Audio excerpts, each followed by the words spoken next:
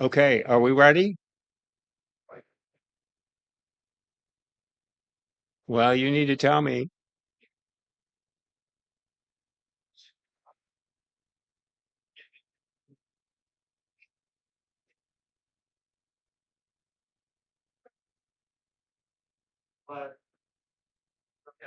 Okay, I can go? Good morning and welcome to the Forum at All Souls Unitarian Universalist Church. I'm Spencer Graves. I represent the Forum Committee, whose core group of dedicated members developed the program schedule. Since 1943, this forum has provided a platform for discussing significant issues in the contemporary world. To the Forum and also Unitarian Universalist. Turn that off because I'm getting Spencer Graves. I represent the Forum Committee, whose core group dedicated members developed. No, it's 43. Somebody has a forum for discussing significant. There's a speaker back there that's echoing the YouTube live.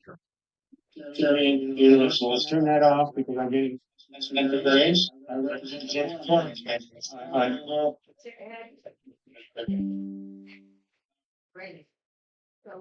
Now can you hear me, Dr. Bezruchka? I think we cut off Dr. Bezruchka. Okay. What are we going to do here? Have you got YouTube going and Dr. Bruce? Your speaker has YouTube pulled up. I can hear you. Yes, Spencer. Somebody needs to close the. Oh, That goes from you have your speaker on. do you have YouTube live on your computer, Stephen? No, I shouldn't. I just have Zoom. Okay. Can you turn your speaker down? Yes, Spencer. Somebody needs to close it. Let's see. This goes from you have your speaker on. You have YouTube. Yeah, it's got to be. Well, now I have my somebody's got speaker YouTube off, on, but I can't in the hear room you. here, and we're getting a delay from that. Since I'm not. Renee, if you got YouTube on, turn it off. What? Is the YouTube on the computer on? 1, 2, 3. Now I have my speaker turned way down. Okay. Great. And I'm not hearing you. Okay. Well, that's turn your speaker up a little bit. I mean. Okay. Now my speaker is up. Okay. To normal. We'll try this. Okay. So I'm going to start again from the top. Good morning and welcome to the Forum at All Souls Unitarian Universalist Church. My name is Spencer Graves. I represent the Forum Committee, who developed the program schedule. Since 1943, this forum has provided a platform for discussing significant issues in the contemporary world. We ask our speaker to present for roughly 35 minutes, after which we take a collection and then open the floor for question and answers. This program is live streamed on YouTube Live, where viewers may post their questions in the chat. We monitor those questions and ask them of the speaker on the behalf of our listeners. For those of you in the audience, please make sure your cell phones are on silent. I am pleased to introduce this morning's speaker, Dr. Stephen Bezruchka, who is a prolific researcher and author. His most recent book appeared earlier this year, entitled Inequality Kills Us All, COVID-19's Lessons.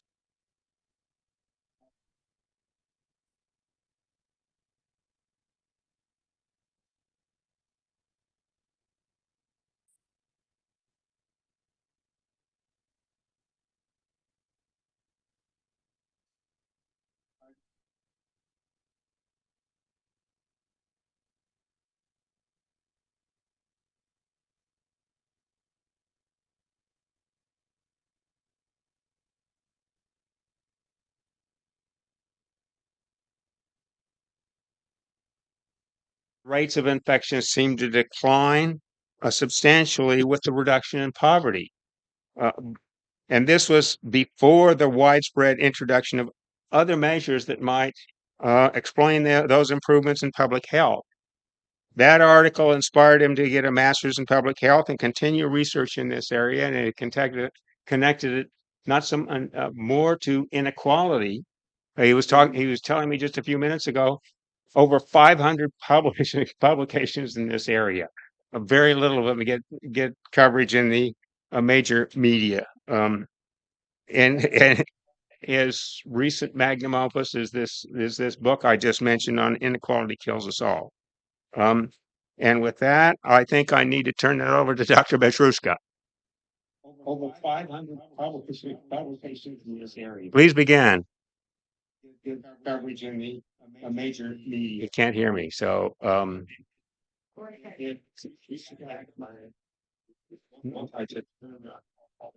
his Zoom? No. Can you give him a post in the chat? Tell him to start speaking. Okay. I'm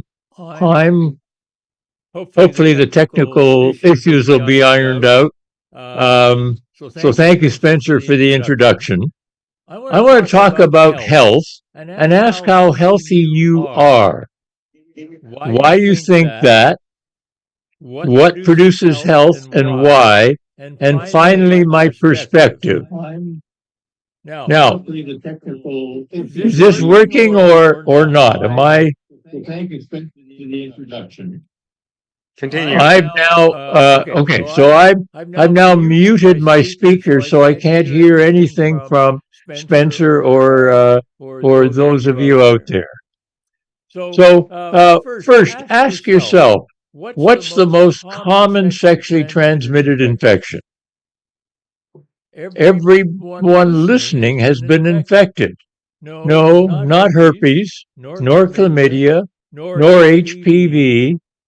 Life is the most common sexually transmitted infection. You're all here because your father's sperm infected your mother's ovum to produce the zygote that ended up being you listening to me.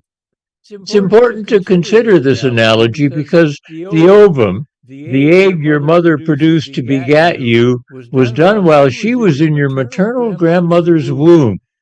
Women are born with all the ova they will ever have, so the conditions your grandparents had must have affected you and your health. Remember that. Now ask yourself how healthy you are and why.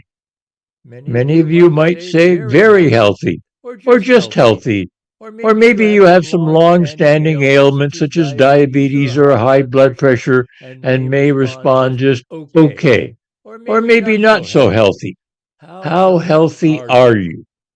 Books abound on how to be healthy by eating such, or doing this, or avoiding that. Ask yourself what health-producing advice you take. How effective do you think that advice is? If you go to see your doctor, she or he may have a different opinion on your health.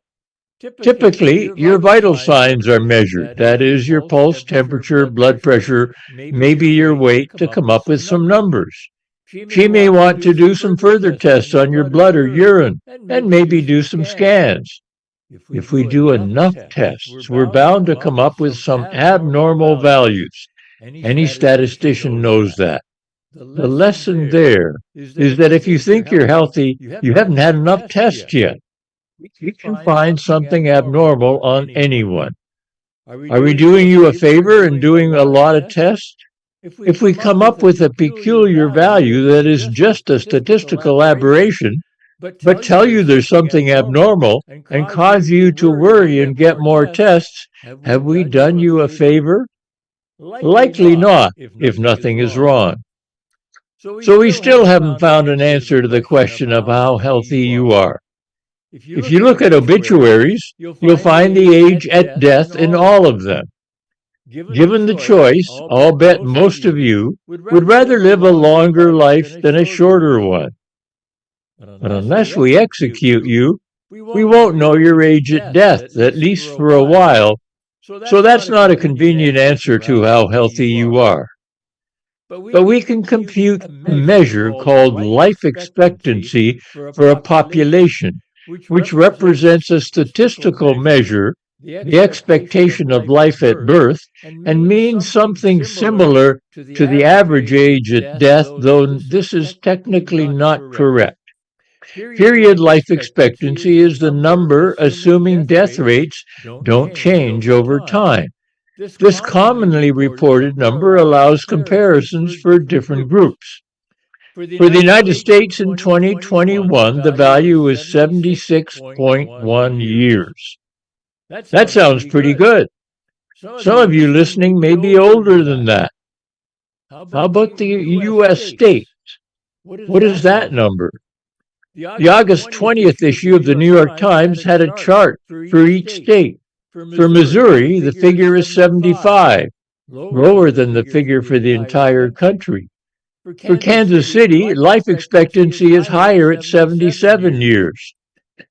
How can we make sense of those numbers?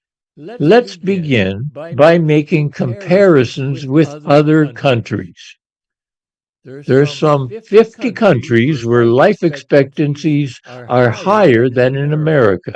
That is, people live longer elsewhere than in the United States. The longest lived is Japan, about 8 years longer than the U.S. What do those 8 years represent? Years drooling in a nursing home?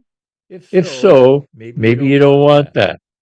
But for this country to gain 7 years in life expectancy in 2021, we would need to eradicate our 3 leading causes of death: heart disease, cancer, and COVID-19 for 2021.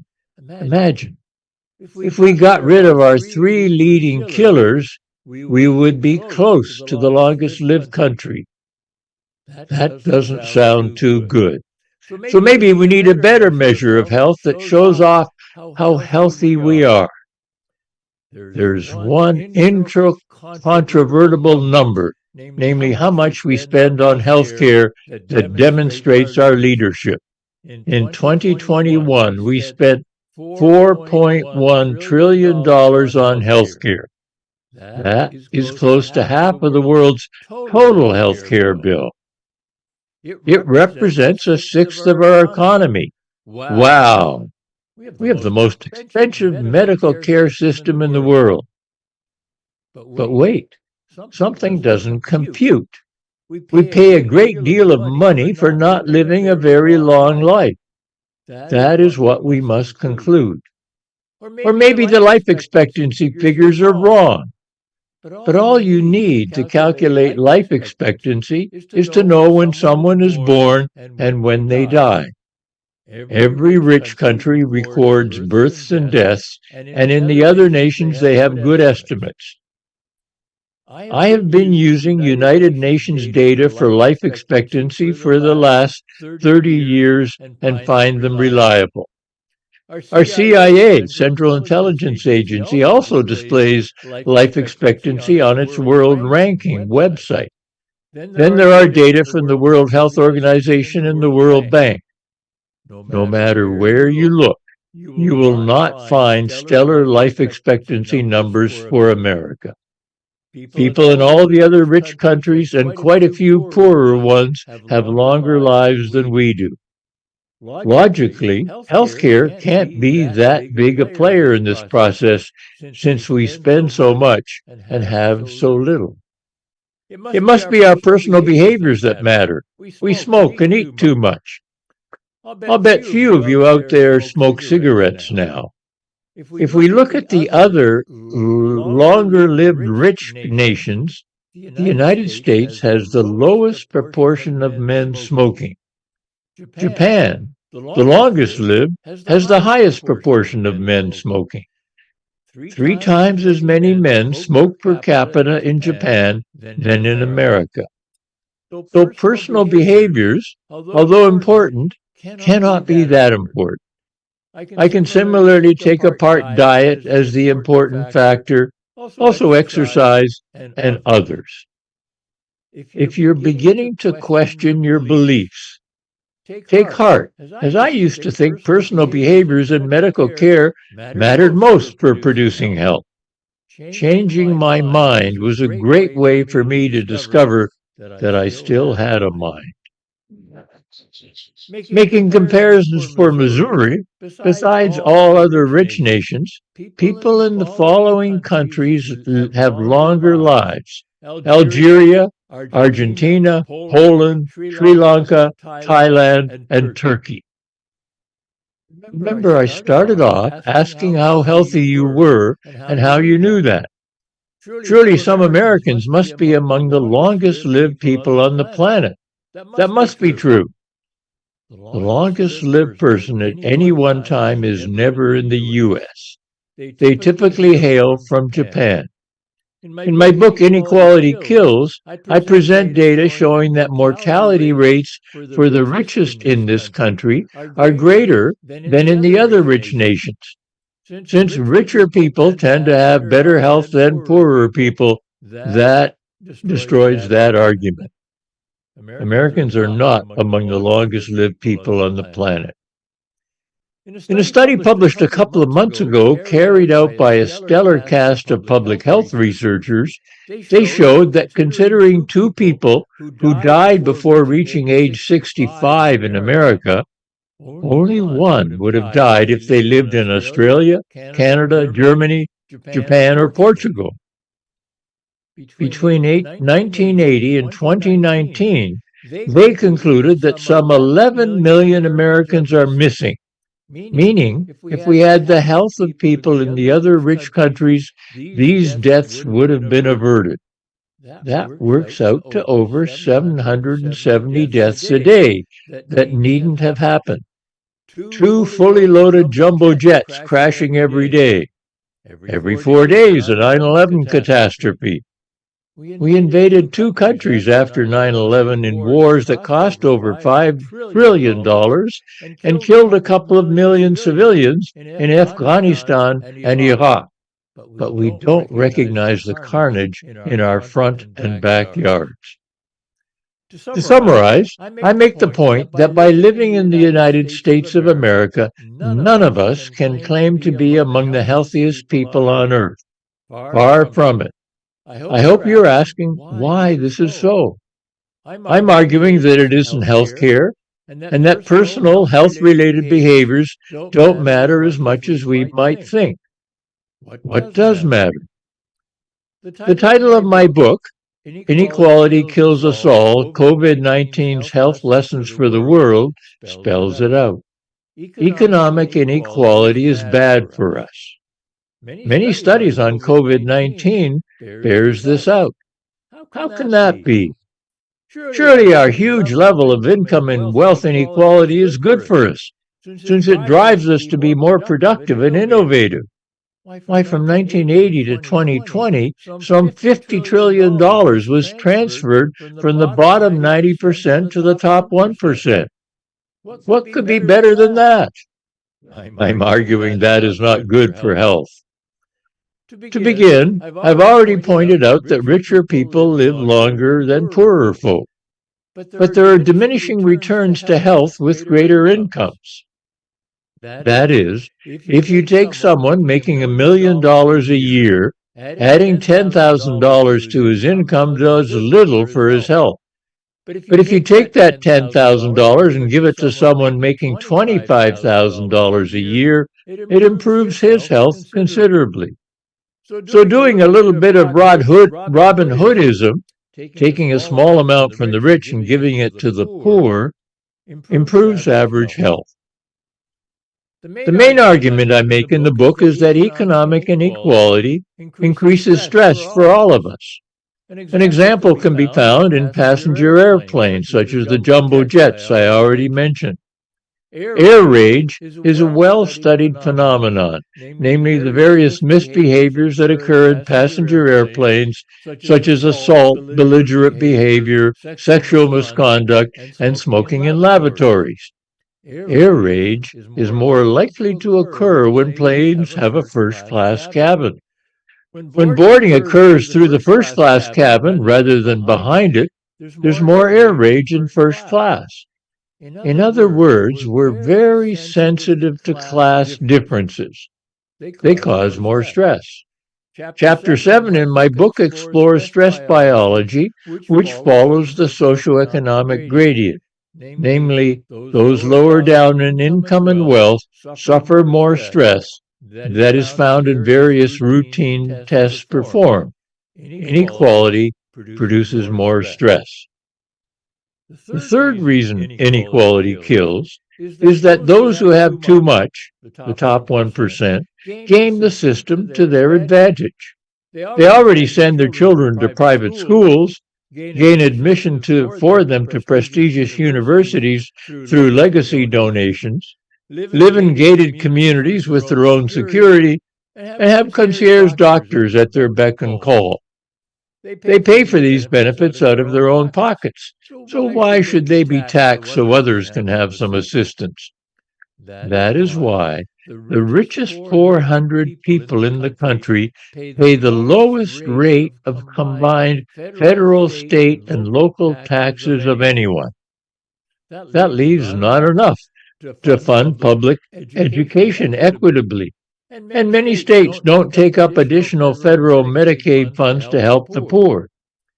Since none of those 400 are really that healthy, it's a lose-lose situation. Nobody really benefits from our immense inequality. There are hundreds of research studies starting in 1979 that make the argument that inequality is bad for health. These are causal, not just representing an association, if we use the criteria laid out in the 1964 Surgeon General's report on smoking and health. Among those studies are some linking mass shootings, which has become so common in the United States that they no longer make headlines, and these studies link them to our income inequality. That is, mass shootings, 4 or more victims, are more common where there is high income inequality as well as the presence of very high incomes. This breeds stress and resentment, which leads to individuals trying to redress that. The Secret Service issued a report this year on how this now common occurrence, where they talked about how shooters experienced stressful life events, had histories of aggressive behaviors, and were retaliating for perceived wrongs in their lives. But not a word about the inequality that fosters these resentments in the Secret Service report. We have record numbers of overdose deaths from opioids. We consume 80%, 4/5 of all the world's opioids, but we're less than 5% of the world's population. We consume so many to try to have a nice day, as we're constantly being wished to. But we are too stressed and have a big hurt as we suffer too much social pain.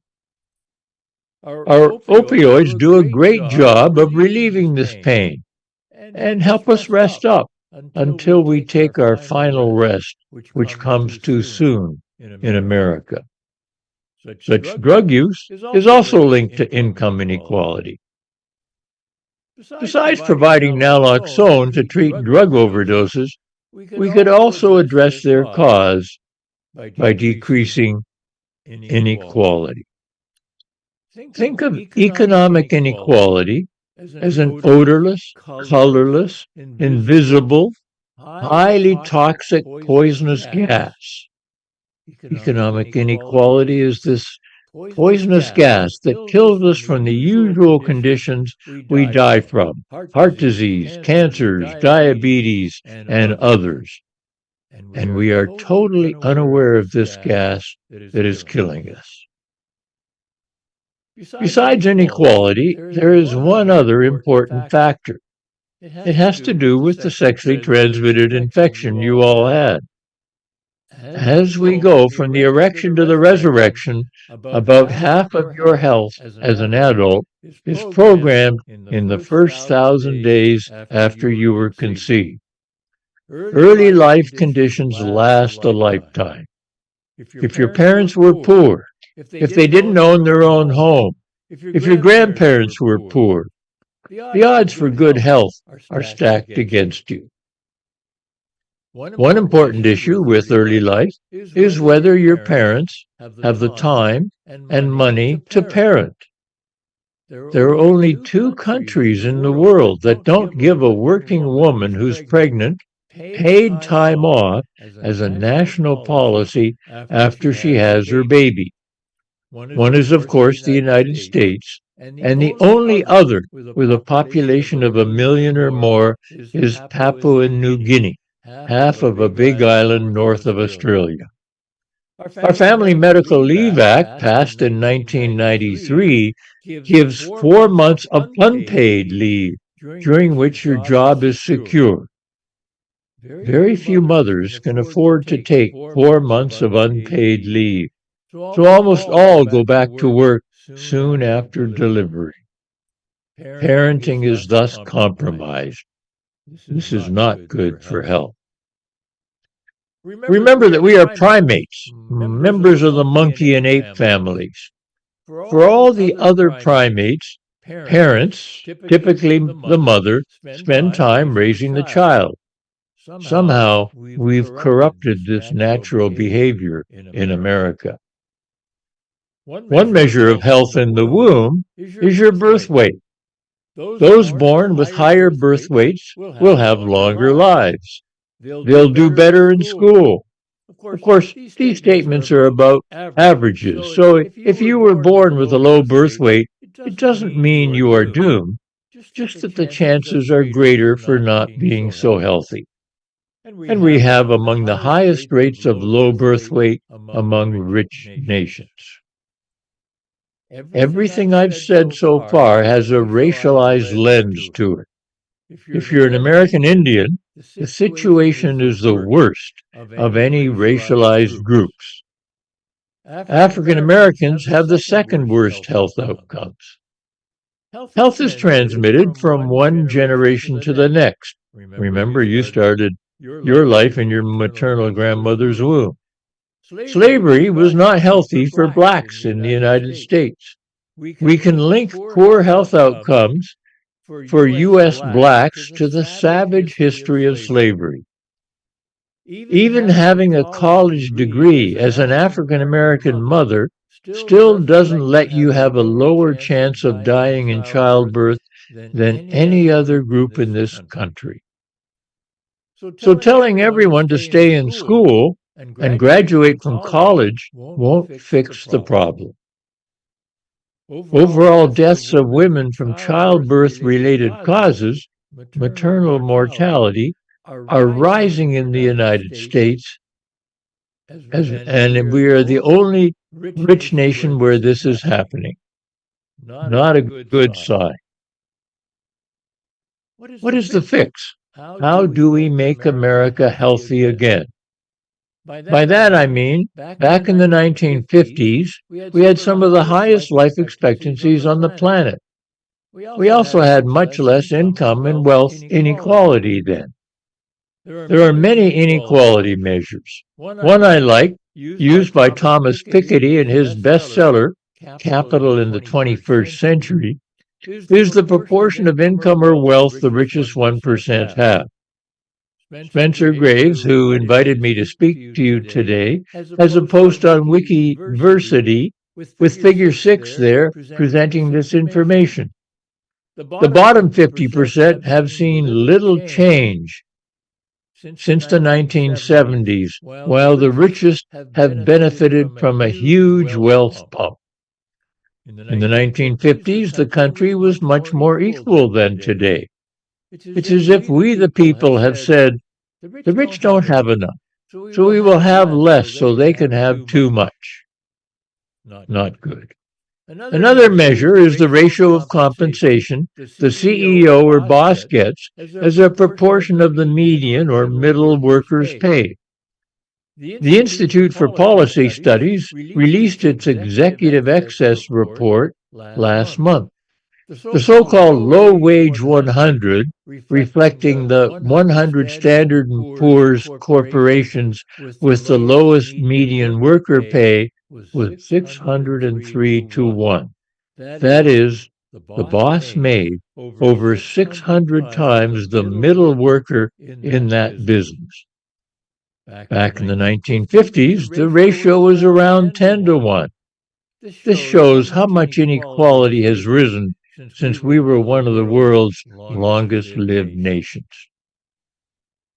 Since the 1950s, our lives have become longer, although for the last 7 or so years, our length of life has been declining absolutely. Not only is our health not improving, it is getting worse. In fact, the current U.S. life expectancy is about where it was in 1996. We want to avoid what happened in Russia after the Soviet Union collapsed in 1991. Mortality increased dramatically for similar reasons occurring in the United States, namely, economic inequality ballooned in Russia. Russian health now is about where it was in 1991. We want to avoid the same fate. How to do that? The simple answer is to decrease our huge economic inequality and use the proceeds to support early life. Change the tax structure to what it was back in the 1950s when we were one of the longest-lived nations. The highest marginal tax rate then was 91%. That is, if you made $1 million and then added another dollar to your income, then 91 cents of that dollar went to the government. Now the highest marginal tax rate is in the mid-30% range. So let's raise taxes on the rich. They can afford it. Use the money to have a national paid parental leave program, and let Papua New Guinea be the only country lacking such. Guarantee a living wage, fund childcare, preschool, and more progressive funding for public schools. Support free college education and erase student debt, and so many other policies in the so-called liberal domain. I could go on, but social spending, as this is called, has been demonstrated in many research studies to improve health much more than spending on medical care.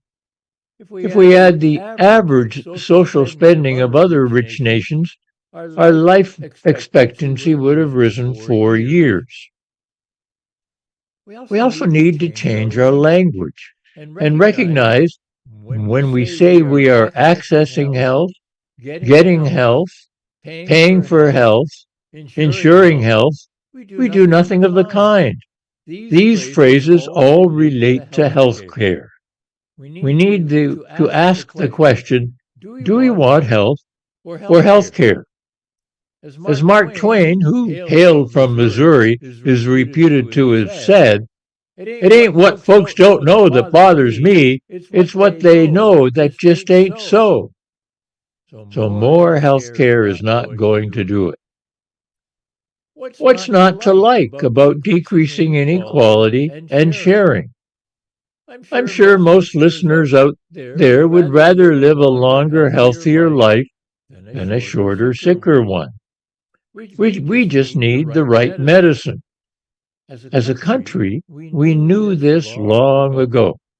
At the end of the Second World War, we had destroyed Japan by firebombing their cities and dropping 2 atomic bombs. Japan's life expectancy then was 24 years. The American-led occupation of Japan led to 3 major policies that changed the huge inequality present there before the war and resulted in the most rapid improvements in health ever seen on the planet. By 1978, Japan had the world's longest life expectancy, a status it maintains today. What were those three policies? Demilitarization, namely Japan was forbidden to have an army and had to resolve all disputes peacefully. The second was democratization, which included a clause in the Constitution we wrote for the nation that gave the government responsibility to ensure the health of its people. The third component, decentralization, another D, was to break up the concentrations of power that had 13 families, the Zaibatsu, owning most of the productive enterprises there. A maximum wage was instituted. The United States did this, so we know how to make a country the healthiest. It showed we cared about their health and knew how to repair the damage we had done there. The medicine had three ingredients: demilitarization, democratization, and decentralization. We could take our own medicine or ask Japan to give it to us.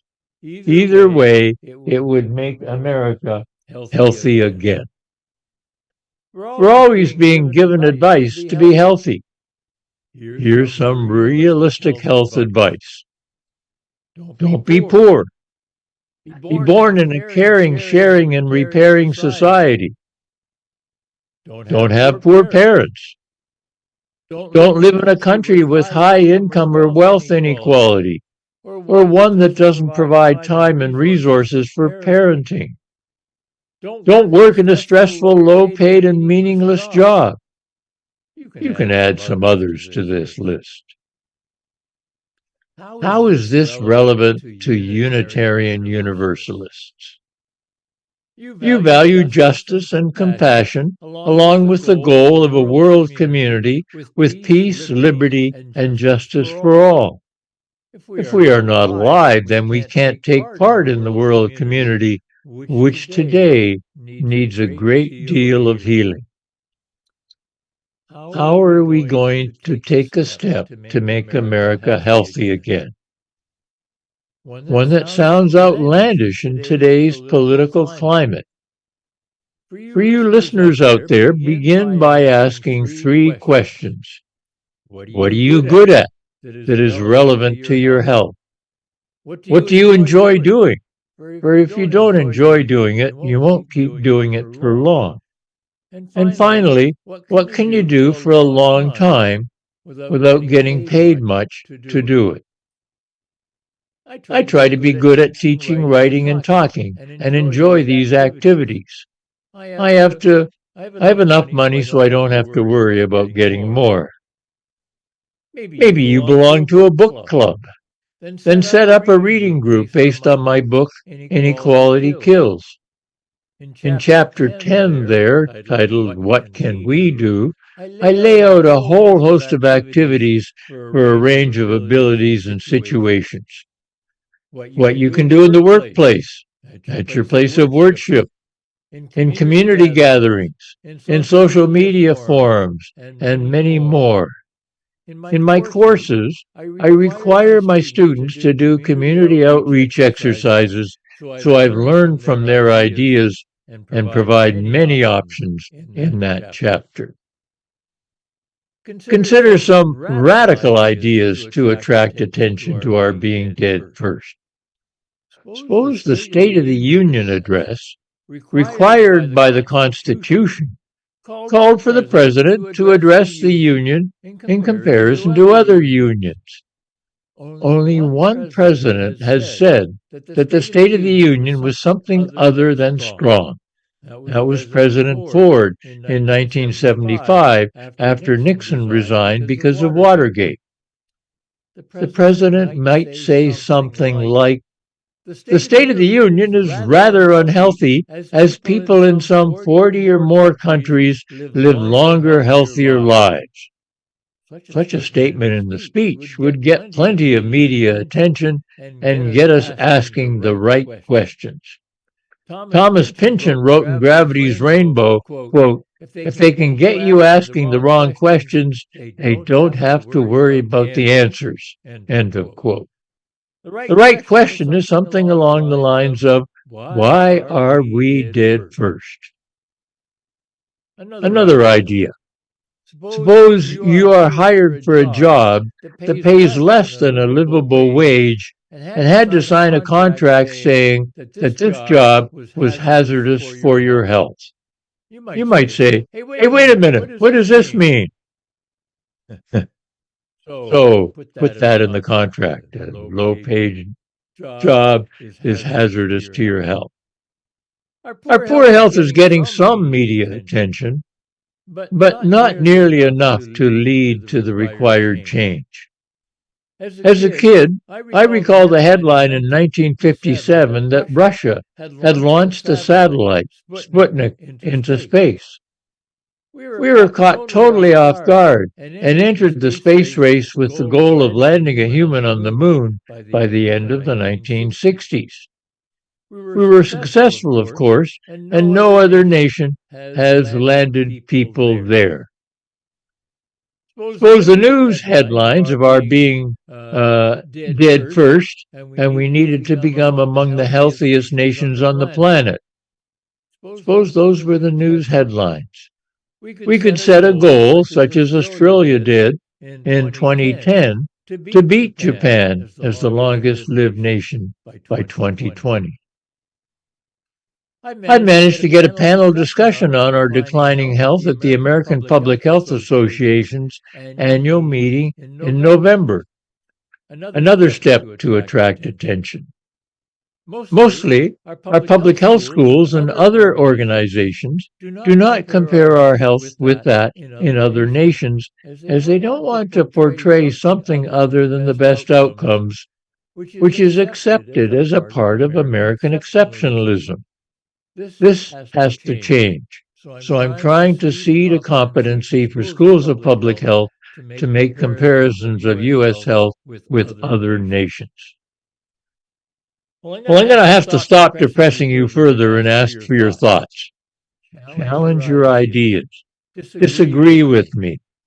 Nothing furthers understanding better than having two opposing points of view expressed. It forces the listener to ask herself, he says, she says, what do I think? Let's make America healthy again. Now, let's see. I have to turn my speaker on. Now you're going to need to turn your speaker back on. So we're going to have, I believe, yes, George is going to pass the collection plate, and you need to bring that up here so I can demonstrate the desired behavior. Does that work? and and people with questions can come line up here and so forth. So as a reminder, each week's program is broadcast on KKFI after some delay.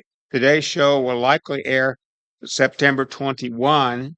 That's a week from Thursday between noon and 1 p.m. Central Time. Thanks to KKFI for their support of the forum. And speaking of that, if you, for those online or whatever, you can contribute by going to allsoulskc.org and look for giving. Is there somebody that has a question? Yes, please come up here.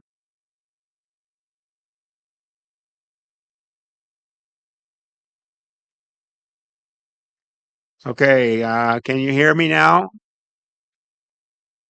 Okay, I don't know if you can hear, but okay, well, speak into the microphone and let's hope.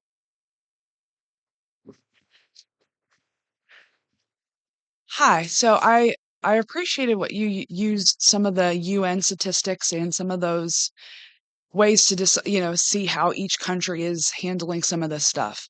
One of the votes that the UN just recently took is food a human right?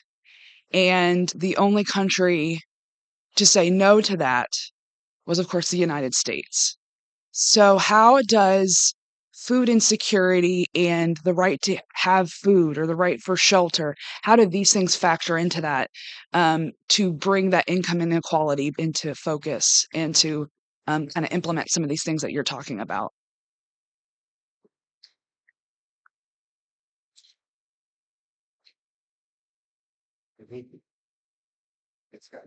Okay.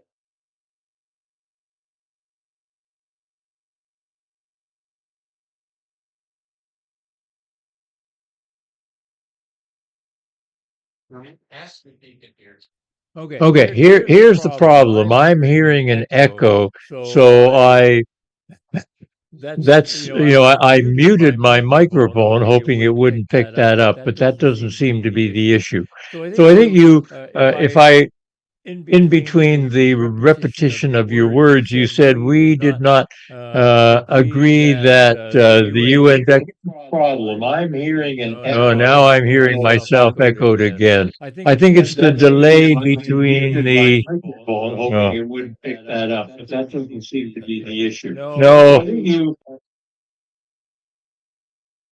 Repetition of your words, you said we did not agree that you would.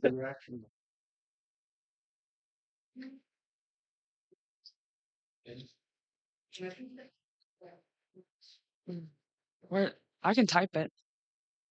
It's not working? No.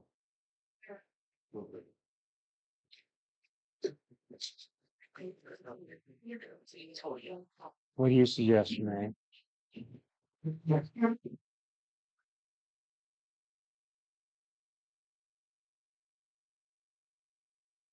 Then you use the I chat, just Dr. unmuted Bezruchka. myself, but then the echo is going to come in. I think Yeah, well, the turn off your speaker and read the chat. delay is what the problem is.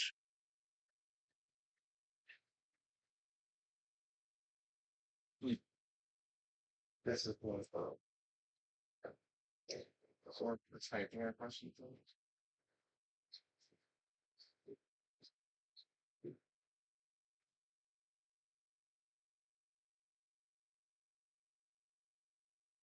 You work, can you type the question? Can we? Yeah, I know that. I know that, but. Yeah, well, so can you come and type your question in? Sure. No. Sorry.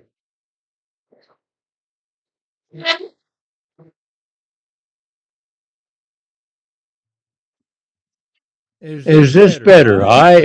Maybe the problem was on my end. It was. I did have some browser there open, and it was YouTube. So that was my bad. It's okay. All right. Can you ask your question again? And I will, let's see, turn the speaker back on. Sorry, that was my bad. That's totally fine. Tech is for everybody an issue. So I was asking about the UN had a vote of whether food is a basic human right, and the only country to vote no was the United States. And I was asking how the basic human rights of food and shelter, how does affirming those things and how does us like putting those kind of things in action help with putting what you're talking about with income inequality into to practice to keep people healthy and to raise that life expectancy? Well, thank you for asking that. The United States does have a history of not ratifying all sorts of UN agreements, going back to the 1989 Declaration of the Rights of a Child. We're the only country to date that has not ratified the Universal Declaration of the Rights of the Child. And reasons there go back to in the 1990s, we executed children. We stopped doing that, but now the idea is if we recognize the rights of children, it will conflict with family values. So that's an issue. And similarly, food and shelter, we it's an absolute paradox that we have so many unhoused people in this country and so many people with food insecurity. And I think the what really is going to matter is popular pressure. Suppose we had, this is suppose we had many more millions demonstrating on the mall in Washington, D.C. I mean, people power is much bigger than the power of the people in power, but we have to exercise our power. So I agree with you. It's going to take a lot of people power to make changes. Hi, thank you. My name's Richard. I have a question more specific to the Missouri State Legislature. There's been a number of ballot initiatives passed that would help with income inequality. And then the Missouri State Legislature turns around and tries to undo whatever the people voted for. I'm curious, I don't know if people power would work or if maybe there's another way to make this work, but how do we get the Missouri State Legislature to um, respect the will of the people? Well, I think people power is the one thing we have.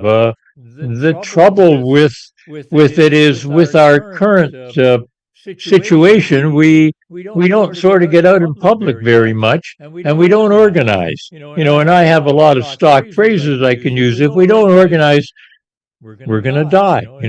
Organize or die. If we don't mass people together and push for what we want, we're not going to get it. It's all of these are sort of soft things. The people, the will of the rich in studies show that that's what leads to policies. And where the will of the rich coincides with the will of the rest of us, then we get those policies. But mostly the rich want policies to further themselves. And I think the way to counter that is people power. I mean, really, the power of the people is so much greater than the power of the people in power. But all the media, all the efforts out there, all social media forces us or pushes us to try and look at our own limitations and not allow us to work together. I mean, it's not an easy answer to sort of give that way. So there's no easy solutions. And excuse me, in the models looking at life expectancy, if you control for all the other variables, does race still rise to the top after controlling for everything else as a predictor? Well, Angus Deaton would probably agree with you. He's a Nobel Prize winning economist at the University of Michigan, at Princeton University, who also, with his wife Annie Case, coined the term "deaths of despair." But that's leading me down the wrong way. So you will, my students, for example, now think of race as the fundamental cause of so many of our issues, and I think race is secondary to class, and we have these class differences which really echo inequality in our society. So I think statistically controlling for so many factors, the over controlling can be a problem, and that's why when I actually describe the three factors that the way income inequality produces further health, it gets away from statistical analyses. So I think race is an important issue. History of slavery, the intergenerational transmission of health. But I would say that inequality, Darity at Duke University suggests that we undertake reparations to equalize black and white wealth so that those who had a slave ancestor gets money to bring their wealth up to that of whites. I think that that's an example of a reparation that we would consider that could have a fair amount of effect. And reparations are something that are being discussed in the Caribbean. The British paid reparations to the Mau Mau in Kenya. I think we need to look at really kind of radical possibilities to decrease the health inequities between blacks and whites. That's a long-winded answer. I take exception to your use of the term class. Is it likely it seems to me that the bigger problem in America is tribalism, and that tribalism combined with class is probably one of the dividing factors of accomplishing anything in America. Could you comment on that? One can make a strong argument for tribalism. I mean, if I think of, I grew up in the 1960s, and then there was a lot of radical activity, opposition to the invasion of Vietnam, the civil rights movement, the mass demonstrations in Europe and in Asia and in the United States. And that really threatened the rich and powerful. And they actually, the Trilateral Commission wrote a report you can find on the web titled The Crisis of Democracy. And what was the crisis? They said if the events of the 1960s continued, it could lead to an excess of democracy. And so they said, rather than that, we need to sort of cool democracy down. And so a variety of factors have come into play to distract us from democracy. One is choosing your pronouns. Not a bad idea, but again, it's a distraction. The other political tribalism ideas are out there as well. We have the power through the vote and through the variety of political processes to make major changes, but those in power have managed to distract us with what I think you accurately describe as political tribalism. So class, I mean, the United States is supposed to be a middle-class society, but if you define the middle class as, in a statistical measure, a certain proportion of people, we have the smallest middle class of all rich countries. So I'd still say class is important. So normally we'd be ending about now, but we have a couple minutes yet because we started late. So I do have another question. I want to come back to the race issue again. So we talk about reparations for slavery, but I don't hear many people talk about reparations for the American Indians who originally owned the land. So that's one issue I wanted to bring up. The other one is I used to work at a medical school in admissions.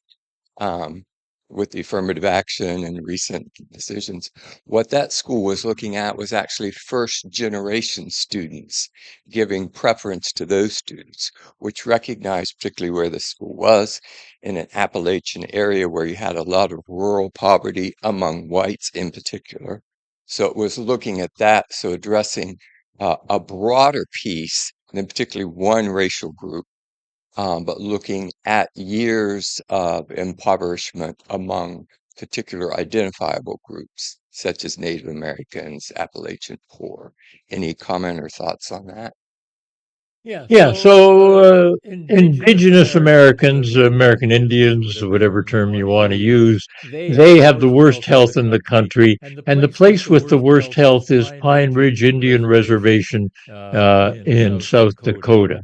If we take the racialized groups, the American Indians, and if they represented a country and you look at their life expectancy, they would be around 140th among the 180 sort of UN nations. So the worst outcomes within the country, American Indians. Point you make about whites in Appalachia, I think, is important because at the local level, some of the worst health outcomes are in McDowell County in West Virginia, and those are mostly whites, and they have incredible poverty levels. Remember, in terms of health advice, I said, don't be born poor. Well, whose responsibility is that? You can't choose your parents. I said, don't have poor parents. Not being born poor is a responsibility of the country.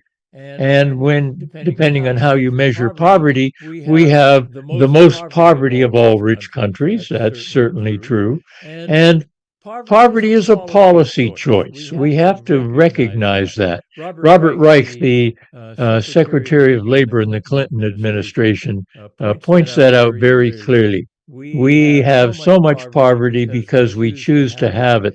And why might that be something that the rich and powerful want, namely a lot of poverty? Well, if you're poor, you are not going to work together and organize and threaten the rich. So there's a sociologist at UC Berkeley, Loic Vacantes, who wrote a book with the title, I'm always looking for titles that say everything, Punishing the Poor. So we take the poor and we punish them further so they don't organize and rise up and threaten the rich.